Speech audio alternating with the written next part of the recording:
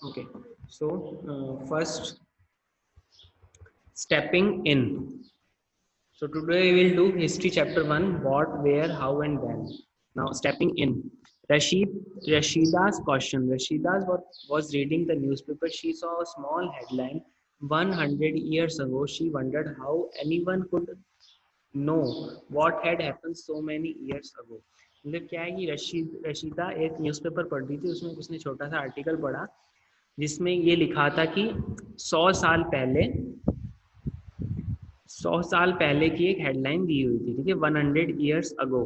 तो उसने ये सोचा कि कैसे कोई कैसे इतने 100 साल पहले की बात लिख सकता है या उसको याद रख सकता है, ठीक है। तो वो हम आगे पढ़ते हैं, चलो।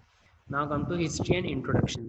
History is a systematic inquiry into the past. It is the study of people and their lives, their action, beliefs and endeavors across various eras. मतलब क्या है कि हिस्ट्री क्या है, एक सिस्टमेटिक इंक्वायरी है, ठीक है, जो कि पास्ट के बारे में है। इंक्वायरी क्या होता है, किसी भी चीज़ के बारे में जानकारी होती है, एक सिस्टमेटिक जानकारी है किसके बारे में, पास्ट के बारे में।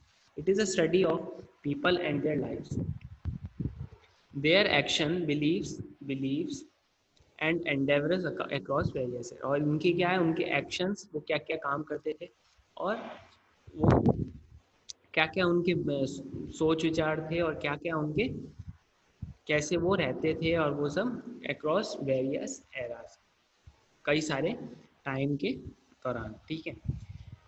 History tell us what people in the past for a living craft person, traders, farmers, soldier etcetera, what was their culture, which battles they fought and how kingdoms and the empire rose and fell।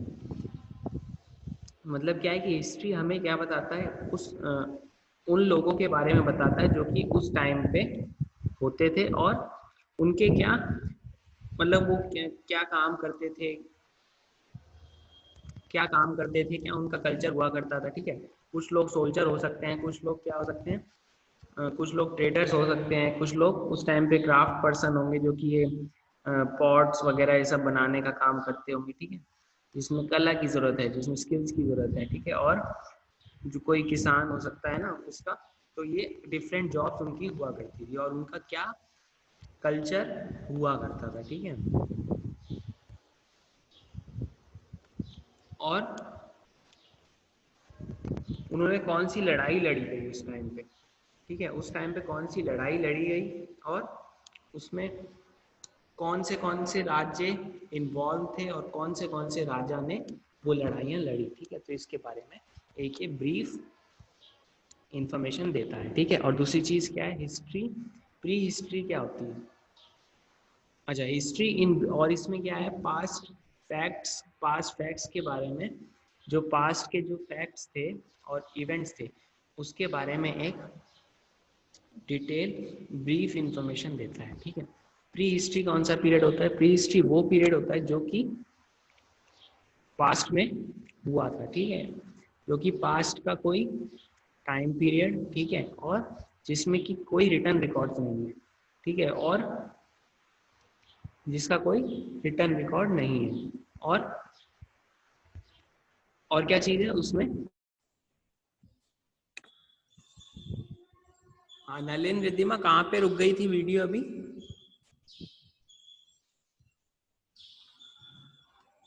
Sir video अभी कहाँ पर रुकी थी, awkward. अच्छा ये pre history वाला रहना ही हुआ था, है ना। अच्छा देखो, प्री हिस्ट्री कौन सा पीरियड होता है, वो पीरियड होता है जिसका कोई रिटर्न रिकॉर्ड नहीं होता है।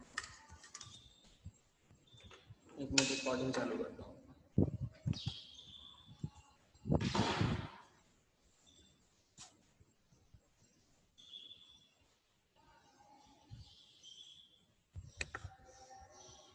वो टाइम पीरियड जो कि जिसका कोई रिटर्न रिकॉर्ड नहीं है और जिसका और प्रोटो हिस्ट्री कौन सा पीरियड होता है, वो टाइम पीरियड जो कि प्री हिस्ट्री और हिस्ट्री के बीच का टाइम पीरियड जो हुआ, ठीक है, प्री हिस्ट्री के ख़त्म होने के बाद और हिस्ट्री के शुरू होने के बाद, तो ये बीच का जो टाइम पीरियड हुआ वो कौन सा होता है, प्रोटो हिस्ट्री। प्री हिस्ट्री कौन सा टाइम पीरियड होता है जिसका कोई रिटर्न रिकॉर्ड नहीं है। History, why study it? The study of the history is important as it enables us to understand how the human race evolved and progressed over time. कैसे history में क्या बताता है कि ह्यूमंस का कैसे डेवलपमेंट हुआ टाइम पीरियड ऑफ टाइम के दौरान. It tells us how humans discovered and invented various things and how they progressed in various parts of life, from living in caves to the landing on the moon. अब वो क्या humans वो क्या क्या time क्या क्या information बताता है कि ह्यूमंस ने क्या क्या क्या डिस्कवरीज की, क्या क्या उन्होंने इन्वेंशंस की, ठीक है, अलग अलग चीज़ों की, जिससे कि उनकी प्रोग्रेस हुई, मतलब उनकी वो आगे बढ़ते गए. कहाँ से? जहाँ पे वो लोग केव्स के अंदर रहते थे, मतलब गुफाओं के अंदर रहते थे, और आज जो कि लोग ह्यूमन चांद तक पहुँच गए हैं. ठीक है, तो ये जो इतना चेंज आई है, इतना प्रोग्रेस हुआ है कि कैसे हुई थी, क्या क्या इन्वेंशंस करी थी ह्यूमंस ने और क्या क्या डिस्कवरीज की थी, तो इसके बारे में इंफॉर्मेशन बताता है. It tells us of the lifes, culture, livelihood of the people in the past and what they were, the language they spoke, the religion they followed. इसमें क्या बताता है कि वो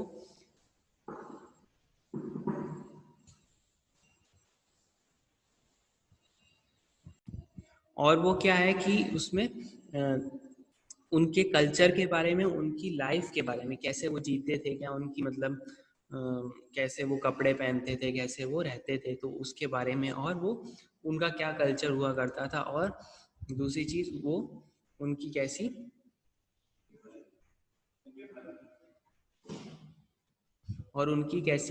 लाइफ हुआ करती थी उस टाइम पे, और वो क्या खाते थे, क्या वो बोलते थे, है ना, क्या लैंग्वेज बोलते थे और कौन सा रिलीजन में फॉलो करते थे, तो इसके बारे में डिटेल इन्फॉर्मेशन बताता है. It tell us how people explore the world travelling thousand of the kilometres on the land and water without maps और modern navigation ads.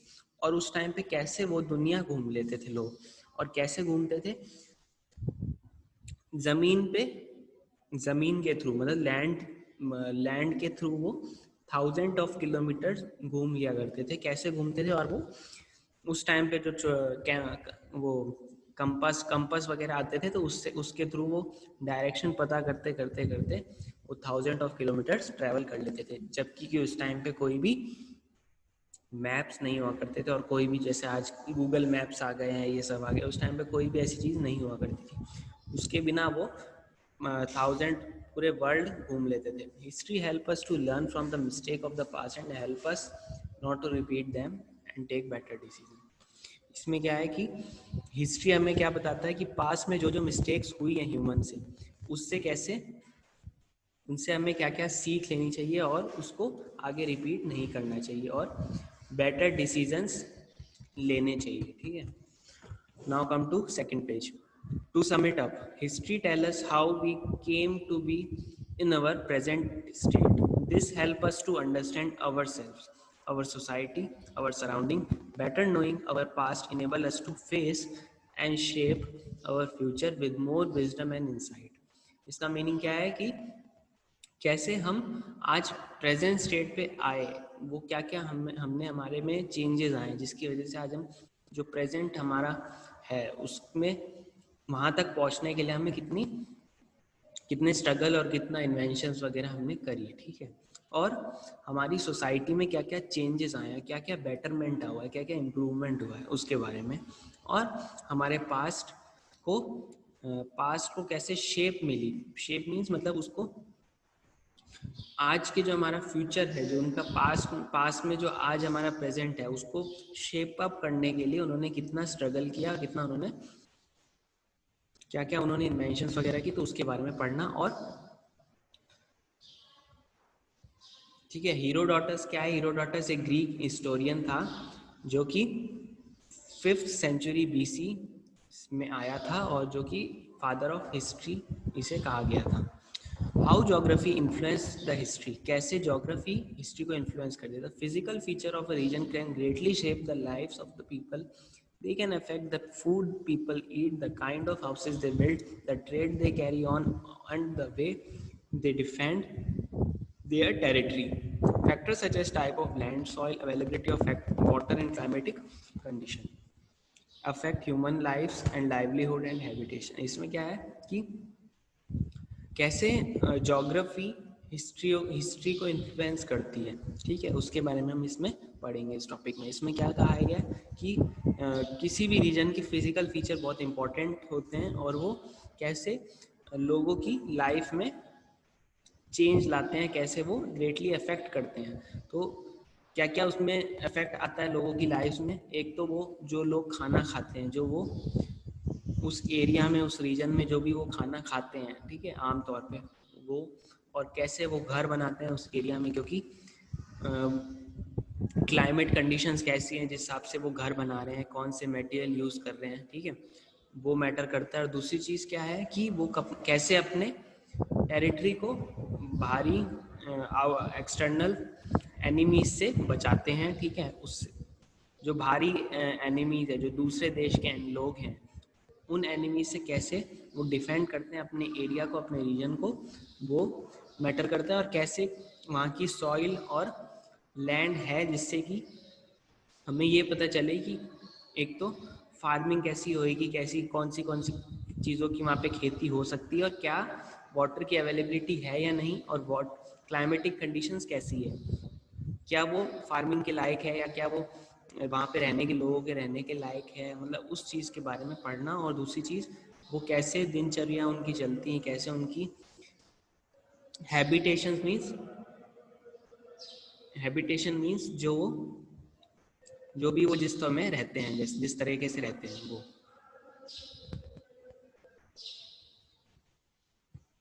Now come to early settlers in India.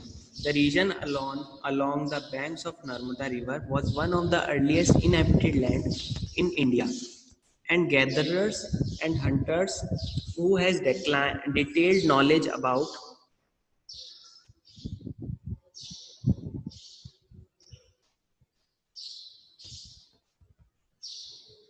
the region along the bank of Narmada River was one of the earliest inhabited land in India. Earliest inhabitant of this area was skilled gatherers and hunters who detail knowledge about the forests and the plants they grew around them. जो reason Narmada river के पास में है, ठीक है, वो क्या सबसे पुरानी इनहेबिटेड लैंड है, ठीक है, जहाँ पे लोग रहते थे वहाँ पे। तो वो सबसे पुरानी जमीन है जहाँ पर लोग रहते थे, ठीक है। उसमें क्या है, वहाँ के जो लोग थे वो स्किल्ड वाले काम, जिन कामों में स्किल्स की ज़रूरत होती है वो काम करते थे। और कुछ लोग उसमें से हंटर्स हुआ करते थे, जो कि शिकार करने वाले लोग, जैसे फिशिंग वगैरह वो सब है ना। तो वो उनका क्या होता था, वो उनका बेसिकली जो उनका बिजनेस है, जो उनका काम है, वो ये हुआ करता था, ठीक है। और दूसरी चीज़ क्या है, उनको बहुत डिटेल नॉलेज थी किसके बारे में, वहाँ के जंगलों और पेड़ों के बारे में, जो कि वो ग्रो करते थे उस एरिया में, उस एरिया के चारों तरफ या एरिया में, ठीक है। First people to grow crops inhabited region in the Suleiman and Kirtars hill in northwestern India. तो नॉर्थ वेस्टर्न इंडिया में क्या है कि वो डिफरेंट तरीके के क्रॉप्स ग्रो करते थे। और वहाँ पे वो रीजन कौन से दो रीजन थे जहाँ पर सबसे पहले लोगों ने क्रॉप्स ग्रो करी थी, एक तो सुलेमान और किरतार हिल। ये दो एरिया थे जो कि नॉर्थ वेस्ट इंडिया में पड़ते थे, ठीक है। नॉर्थ वेस्ट इंडिया में ये दो रीजन में क्रॉप्स ग्रो करते थे, सबसे पहले ग्रो हुई थी यहाँ पर, ठीक है। और they grew crops like wheat barley about 8,000 years, मतलब सोचो 8,000 साल पहले उन्होंने वीट और बार्ले की क्रॉप्स ग्रो करी थी, ठीक है। तो they also reared animals like sheep, goat, cattle. और उन्होंने क्या किया, जो जो जानवरों से रिलेटेड जो भी काम करते हैं, जैसे कि शीप्स के जो स्किन होती है उससे जो वो कॉटन थ्रेड बनाते हैं और वो सब करते हैं, मतलब वैसा वाला काम भी करते थे। और वो जैसे जो भी मिल्क फैक्ट्री है, मिल्क इंडस्ट्री है, जो कि ठीक है, जो कि काऊ से, कैटल से, जो कि खेती बाड़ी में कैटल्स को यूज़ करते हैं, तो वो रियर्ड एनिमल्स का भी काम करते थे, ठीक है। Likewise the Garo hills saw agriculture being practice widely. और वो क्या था, एग्रीकल्चर गैरो हिल्स में एग्रीकल्चर एक बड़े लेवल पे प्रैक्टिस हुआ करता था, ठीक है, उस टाइम पे। The vast region along the river Indus and its tributary saw the rise of first cities in Indian subcontinent, ठीक है। इंडियन सब कॉन्टिनेंट्स में क्या हुआ कि एक बड़ा रीजन में ये लोग सबसे पहली सिटी जो है थी, जो सबसे फर्स्ट सिटी जो थी जो डेवलप हुई, वो किस रीजन के पास पड़ती थी? रिवर इंडस के पास, ठीक है। रिवर इंडस के पास सबसे पहली सिटी डेवलप हुई, और जो सबसे बड़ी सिटीज बनी वो कहाँ पे बनी? गंगा वैली के पास, जो कि अराउंड 2500 साल पहले हुआ था, ठीक है। In general, people prefer living in favorable environment. In India, humans first settled on the banks of three big rivers, the Indus, Ganga, and Brahmaputra. Powerful kingdoms like Mauryans, Guptas, Mughals flourished in the Indo-Gangetic Gangetic plains because of the following reason. और क्या लोगों ने शहर बसाए वो कहाँ पे बसाए थे? जो कि बड़ी बड़ी जो रिवर्स के पास में, क्योंकि उस टाइम पे जो मेन उनका काम हुआ करता था, मेन उनका जो लाइवलीहुड हुआ करता था वो एग्रीकल्चर थी। तो एग्रीकल्चर में वाटर की सबसे ज़्यादा बड़ी रिक्वायरमेंट होती है, इसलिए जो सिटीज़ का डेवलपमेंट हुआ वो रिवर के पास वाले एरियाज़ में हुआ, ठीक है। और जो सबसे पावरफुल किंगडम्स, जो सबसे पावरफुल जो राज्य रहे, जो कि मौर्यास के टाइम पे, गुप्तास के टाइम पे और मुगल्स के टाइम पे, वो भी इन्हीं एरियाज में पड़े। और जो वो कहाँ पर रहे? जो जहाँ गैंगेटिक प्लेन्स मतलब जहाँ पे गंगा, जिन जिन एरियाज में गंगा बहती है, ठीक है, तो उस रीजन में ये सबसे ज़्यादा पावरफुल किंगडम्स आए, ठीक है। और फर्टाइल, और उसका रीज़न क्या था? एक तो फर्टाइल लैंड बहुत फर्टाइल थी, और प्लेंटीफुल वाटर, बहुत सारा पानी हुआ करता, तो बहुत अच्छा क्लाइमेट हुआ करता था, और इजी ट्रांसपोर्ट था रिवर्स के थ्रू। मतलब कोई भी सामान इधर से उधर पहुंचाना है तो वो रिवर्स के थ्रू इजीली ट्रांसपोर्टेशन भी इजी हो गया था। Himalayan ranges in the north separates India from central Asia, protecting in from cold winds and also protect us from foreign invasion. और दूसरी चीज़, हिमालयस वो क्या करते हैं? वो नॉर्थ इंडिया को सेपरेट करते हैं, किससे? सेंट्रल एशिया से, ठीक है। जो नॉर्थ इंडिया को सेपरेट करते हैं सेंट्रल एशिया से, और जो कि किससे प्रोटेक्ट करते हैं? सेंट्रल एशिया से जो भी ठंडी हवाएं आती है उनसे बचाते हैं। और दूसरी चीज़, जो फॉरेन जो हमारे एनिमीज है, दूसरे जो देश जो हिमालय के दूसरे तरफ पड़ते हैं, उनसे भी ये एक बाउंड्री की तरह एक्ट करती है, उनसे भी हमें बचाती है, ठीक है। और दो at the same time number of mountain passes in the north western area, north western Himalaya, तो कई सारे माउंटेन्स नॉर्थ वेस्टर्न हिमालय से पास होते हैं, और जिसने कि कई सारे हमलावरों को भी उसने प्रोत्साहन किया था कि वो उसके क्रॉस करके इंडिया में घुस सकते थे, ठीक है। तो वो इजीली उस नॉर्थ वेस्टर्न हिमालय से इजीली दूसरे देशों का आना इजी हो गया था इंडिया में। अगर हमला करना है या इंडिया में किसी को हमला करना है तो वो उस रीजन से आया करते थे, ठीक है, उस रीजन से घुसपैठी करते थे। Many travellers and traders also enter the country through these pass and bringing about an exchange of goods, ideas and cultures, ठीक है। आइडियाज, और इससे क्या हुआ था? एक तो सबसे बड़ी चीज़, कंट्री में डेवलपमेंट हुआ। कैसे हुआ? क्योंकि ट्रैवलर्स आने लगे और ट्रेडर्स ने काम करना शुरू करा, ठीक है, धंधे वगैरह करने शुरू करे, और जो गुड्स के एक्सचेंज करे उन्होंने, यहाँ से लेके उधर जाना, भेजना, करना, और आइडियाज़ और कल्चर शेयर करना, ठीक है। आइडियाज़ और कल्चर एक दूसरे के शेयर करना, ठीक है। In peninsular India, in the south and the country's long coastline allowed the trade to flourish.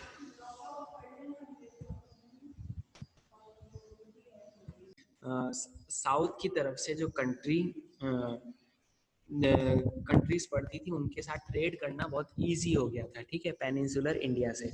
और जो कि और जो कंट्रीज जो उससे दूर पड़ती थी, जैसे इजिप्ट और रोम, उनसे भी ट्रेड करना इजी हो गया था, ठीक है। This exchange of good ideas are as also religious cultural morals, mores, and gradually lead to development of the civilization and the growth of towns and cities. With the time, they developed into large prosperous kingdoms like Cholas, Cheras, and many of these southern kingdoms had strong navies and colonized part of Southeast Asia and Sri Lanka. तो ये क्या है, goods का जो goods exchange हुआ, साथ साथ उसमें रिलीजियस और कल्चरल चेंजेस एक्सचेंज भी हुआ।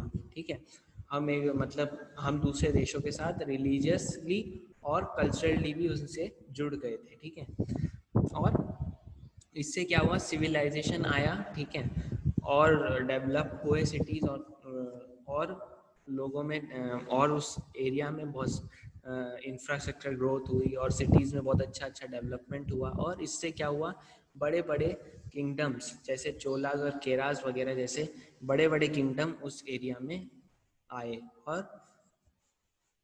और ये जो सदर्न किंगडम थे वहाँ पे बहुत स्ट्रॉन्ग नेवीज़ वगैरह उन्होंने अपनी बना ली थी, जो कि नेवीज़ क्या होती है, जो समुद्र से जो हमारी देश हमारे कंट्री को प्रोटेक्ट करती है, तो वो उसे कहते हैं नेवीज़।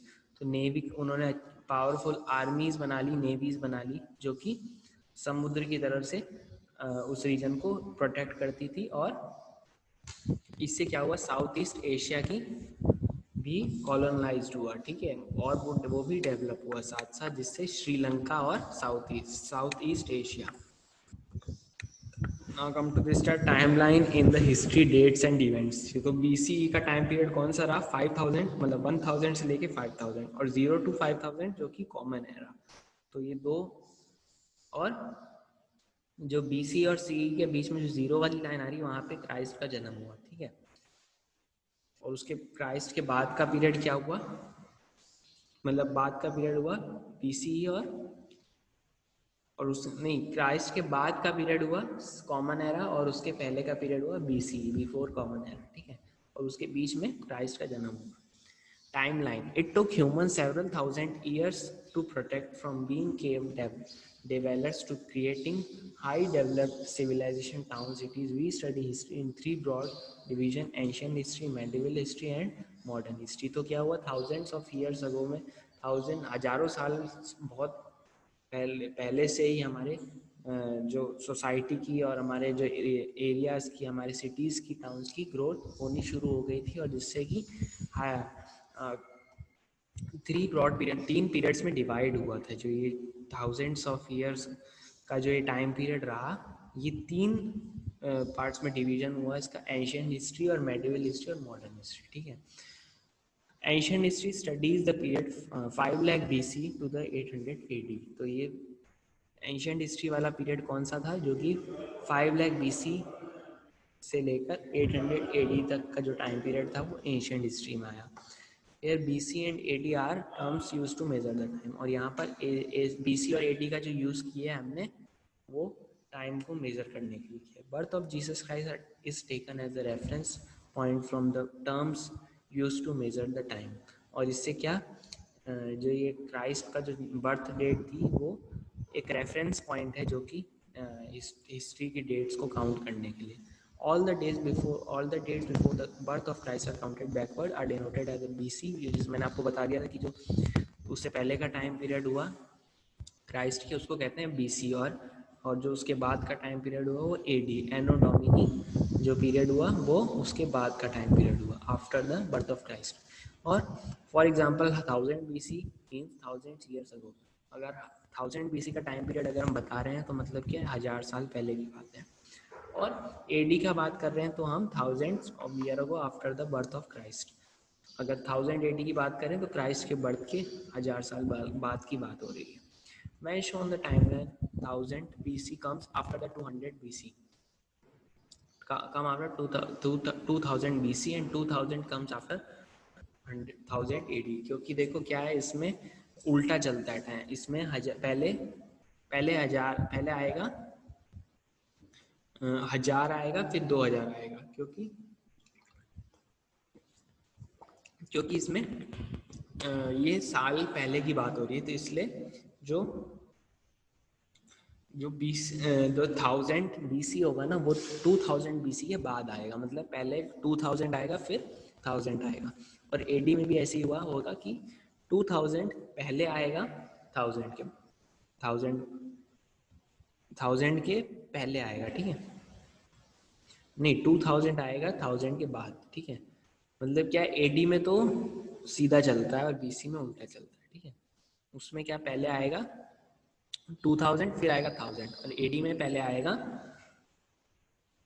1000 एडी और फिर आएगा 2000 एडी, ठीक है। तो बस बीसी में चेंज है, बीसी में उल्टा चलता है और इसमें सीधा चलता है।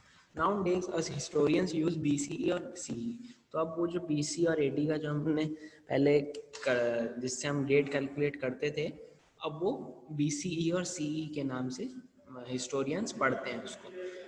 BCE means before common era or CE means common era. If the exact date of the event is not known, the word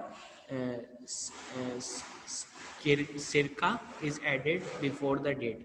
तो ये जो किरका नाम से क्या हुआ होगा, अगर जिस पीरियड का हमें टाइम नहीं पता है तो उसको हम किरका से डिनोट करेंगे, ठीक है। मतलब उस डेट के पहले हम किरका लगाएंगे।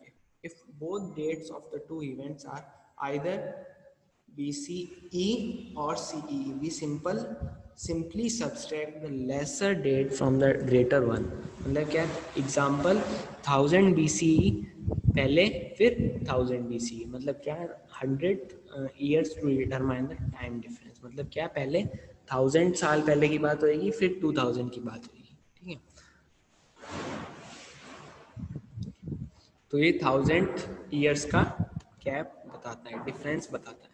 But if one date is in BC and other is in CE, we add the two dates to obtain the time difference. Example, the time difference is between 1000 BC and 1000 CE।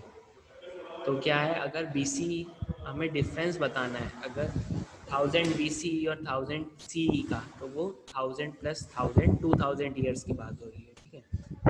Now comes to brainstorming. What dates would you give to Christ's birth? How would you date an event happened in uh, 3000 years ago from the past present? मतलब आज से 3000 साल पहले की बात होगी, तो पहले हम उसको किस डेट से डिनोट करेंगे? ये था 3000 BC, ठीक है। ठीक है, ये इसको हम सेकंड का ऐसे लिखेंगे और फर्स्ट का कौन सी डेट लिखेंगे, उसको लिखेंगे हम बर्थ ऑफ क्राइस्ट, मतलब BC लिखेंगे उसको हम, ठीक है। नाउ कम टू, ये मिसप्रिंट हुआ है, ठीक है, थोड़ा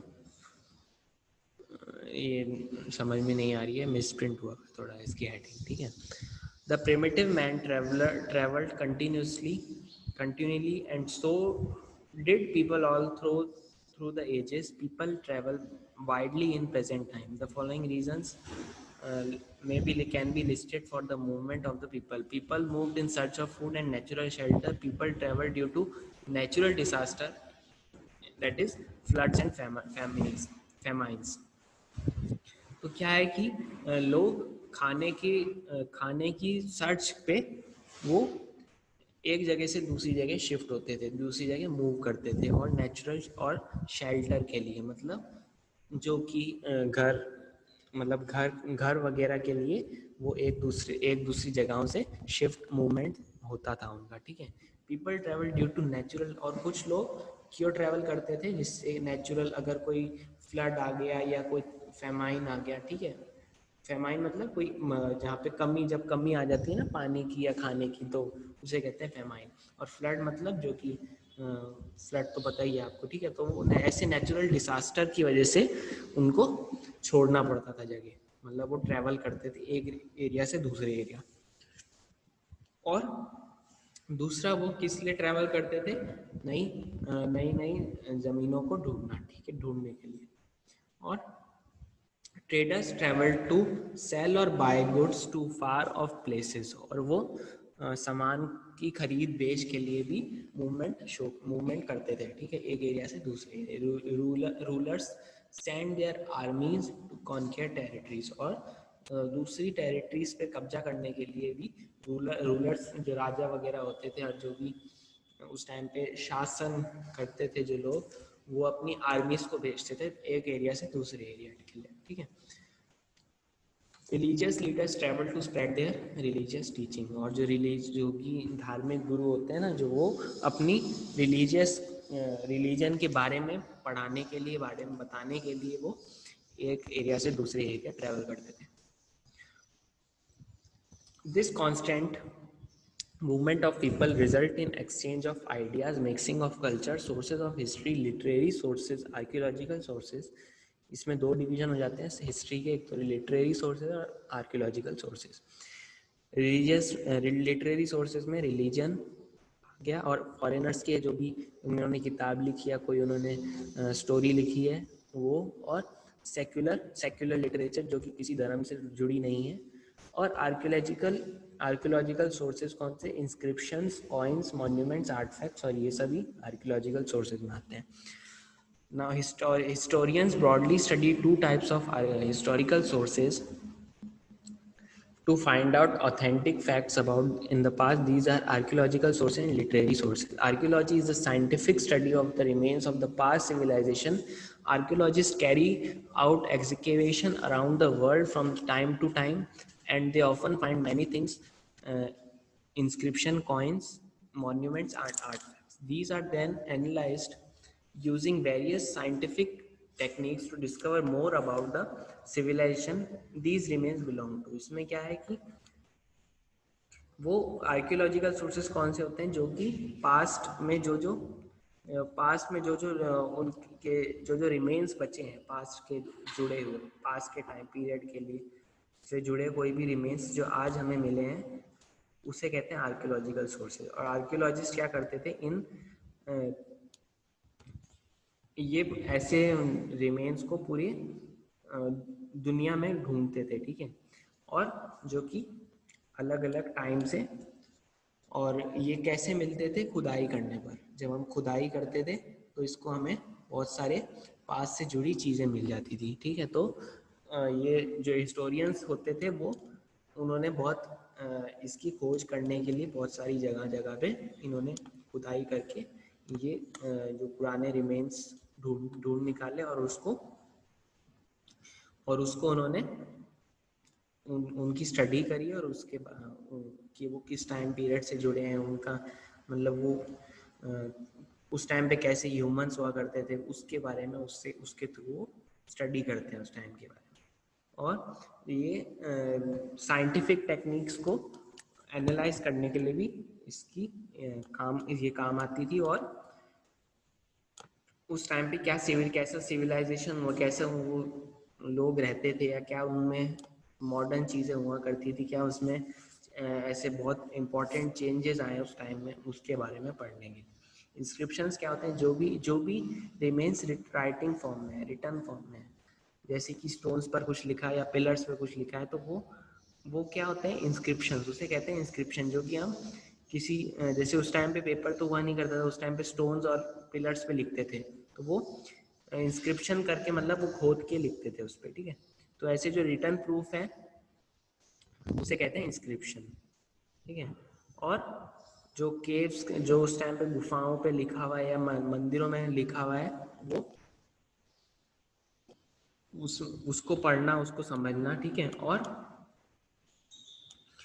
और उस टाइम के मॉन्यूमेंट्स हुआ करते थे, उसमें जो चीज़ें लिखी हुई हैं उसके बारे में वो स्टडी करते थे। और कौन सी इन्होंने जंग लड़ी, और कौन सी जंग जीते और कौन सी हारे, वो सब के बारे में। और कैसा उस टाइम पे एडमिनिस्ट्रेशन हुआ करता था, कैसा उस टाइम पे कानूनी, मतलब कैसा वहाँ पे सिस्टम हुआ करता था, मतलब जो एडमिनिस्ट्रेशन मीन्स मतलब कैसे वो उस टाइम के सिटीज़ को, एरियाज़ को मैनेज किया जाता था, कैसे उसको कौन से लोग हुआ करते थे जो उस टाइम की सिटीज़ को मैनेज करते थे, है ना।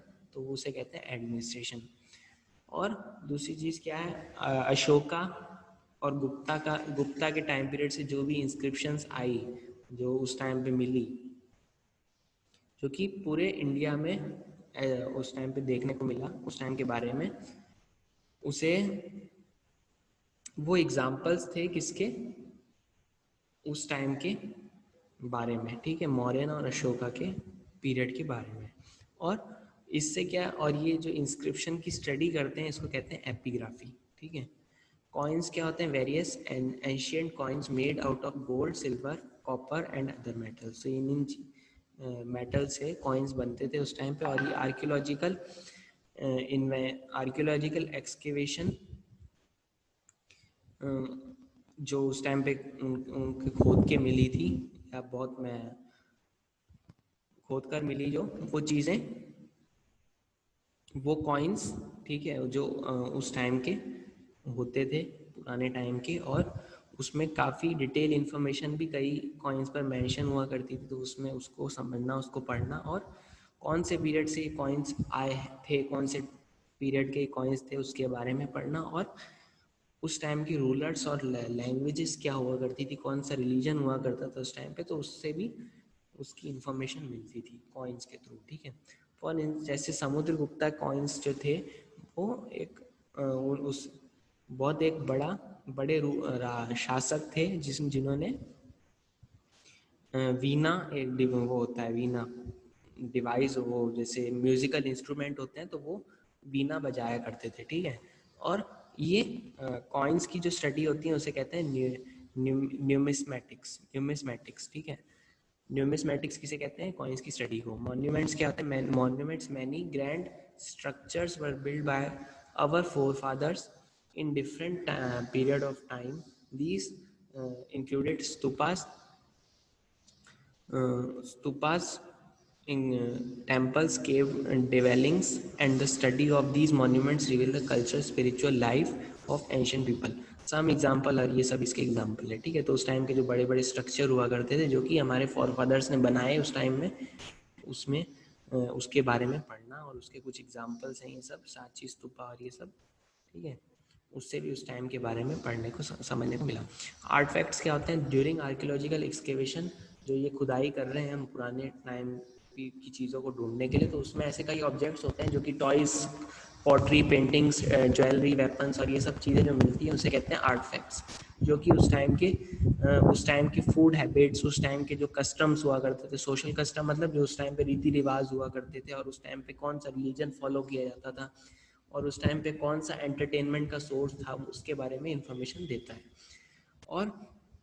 और जो पेंटिंग्स, लॉर्ड शिवा की पेंटिंग, विष्णु, बुद्धा, महावीरा, जो कि गुप्ता पीरियड के टाइम से हमें मिली, उस टाइम पे वो रिलीजन के बारे में बताता है, उस टाइम पे कौन सा हिंदू रिलीजन फॉलो किया जाता था, है ना। तो उस टाइम पे अगर वो गुप्ता पीरियड के टाइम पे, तो जो जो जैसे जैसे पेंटिंग्स वगैरह ये सब मिलती है, तो इससे उस टाइम के रिलीजन के बारे में भी एक इन्फॉर्मेशन मिलती है। और उस टाइम पे जो हड़प्पा रीजन सबसे पुराना रीजन था, सबसे ओल्ड डेवलप सिटीज़ थी, उसमें से एक था। और हड़प्पा में कौन सा ऑक्यूपेशन हुआ करती थी, क्या उन लोगों के काम हुआ करते थे, उसके बारे में, और कौन से तरह के वो कपड़े पहनते थे, और वो क्या क्या उनकी वो वहाँ पे काम करते थे, ठीक है। लिटरेरी सोर्सेज क्या होते हैं, जो कि हैंड रिटन रिकॉर्ड्स है उस टाइम के बारे में, और जिससे कि कल्चर, और उसे मैन्यूस्क्रिप्ट्स ही बोलते हैं, ठीक है। इन ancient time people did not have paper two right on. उस टाइम पे पेपर तो होते नहीं, तो उस टाइम पे तो क्या रॉक्स वगैरह इस पे, टीस के बाग्स पे, और ये भोजपत्र जिसे कहते थे, जो पेड़ की जो लकड़ी होती है उसके ऊपर लिखते थे, और उस इसे कहते हैं भोजपत्र कहते थे उस टाइम पे।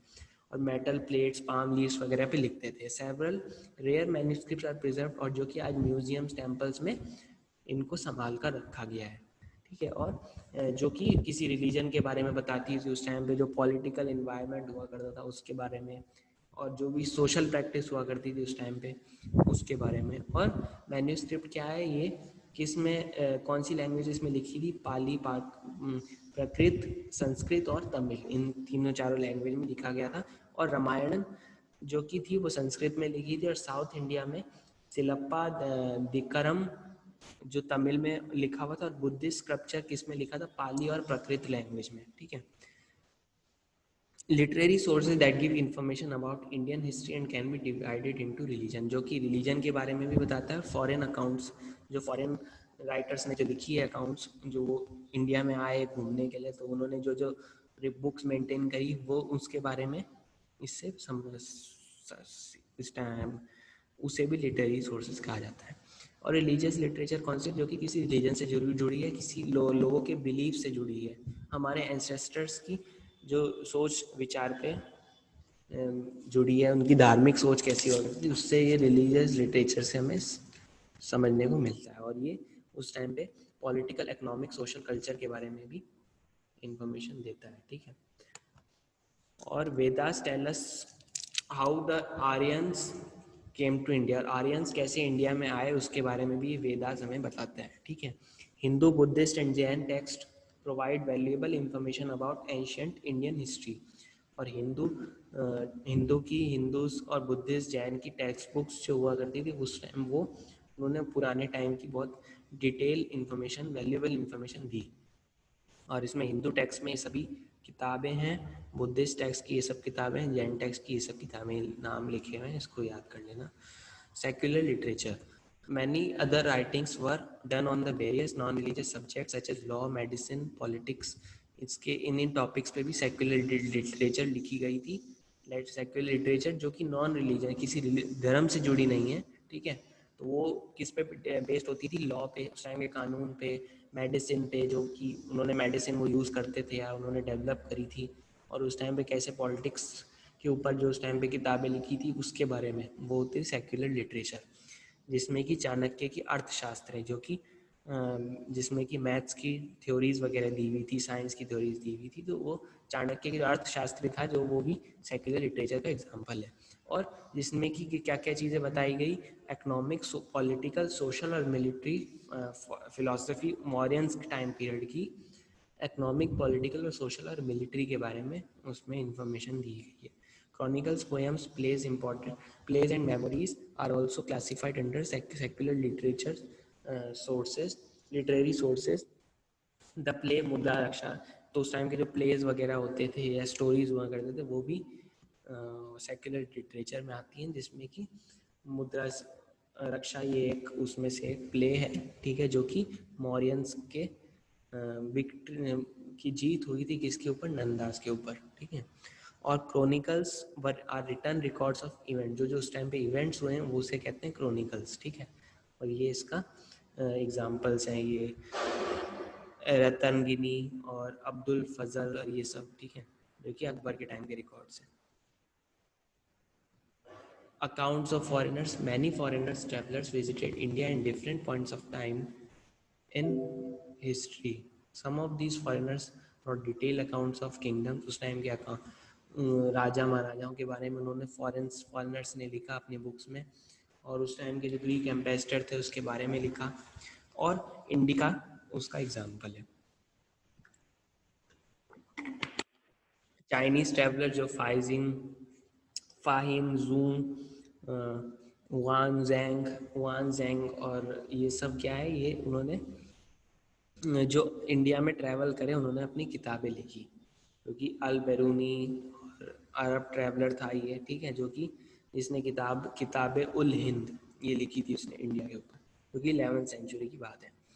वन, पास्ट और many, various historical sources provide us important information about different period of time, ठीक है। तो पास्ट वन, ये क्या है? हिस्टोरिकल सोर्सेज जो है वो डिफरेंट टाइम पीरियड के बारे में बताता है, और उसमें पर्टिकुलर पीरियड के बारे में बताता है, और उस टाइम की इकोनॉमिक और social status, occupation, culture, geographical location के बारे में भी बताता है।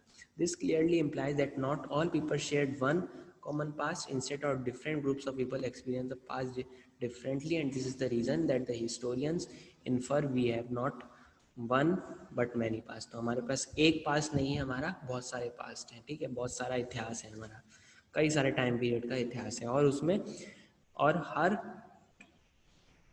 हर सभी लोगों का कोई कॉमन पास्ट नहीं है, कई सारे ग्रुप ऑफ पीपल जुड़े हुए थे हमारे पास्ट में, ठीक है, और कोई एक ग्रुप नहीं जुड़ा था या कुछ एक समुदाय के लोग नहीं थे, उसमें सभी समुदाय के लोग हमारे पास्ट में जुड़े थे।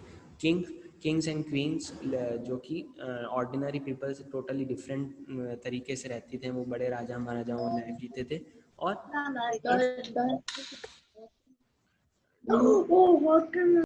किंग्स एंड क्वींस जो थे वो टोटली ऑर्डिनरी पीपल से डिफरेंट वे में, डिफरेंट तरीके से रहते थे, और उस टाइम पे जो ट्रेडर्स होते थे उनकी भी लाइफ डिफरेंट होती थी, डिफरेंट तरीके से वो रहते थे, और पॉटर्स फार्मर्स और जो लोग शहरों में रहते थे उनकी भी लाइफ डिफरेंट होती थी विलेजेस में रहने वाले से, और जो जंगलों में रहते थे उनसे डिफरेंट होती थी। ये चीज़ें आज भी हम देखते हैं, जैसे कि हमारी लाइफस्टाइल अलग होती है जो कि जंगलों में और जो जो गाँव और में रहने वाले लोगों से, ठीक है। तो ये डिफरेंस सभी तरह के लोगों में था उस टाइम पर भी। और हिस्टोरिकल रिकॉर्ड्स जो थे वो अचीवमेंट्स थे कई सारे छोटे छोटे लोगों के बारे में, छोटे छोटे सेक्शंस के बारे में भी ये हिस्टोरिकल रिकॉर्ड्स मिले, ठीक है, जो कि उस छोटे छोटे सेक्शंस के लोगों के बारे में भी बताया गया।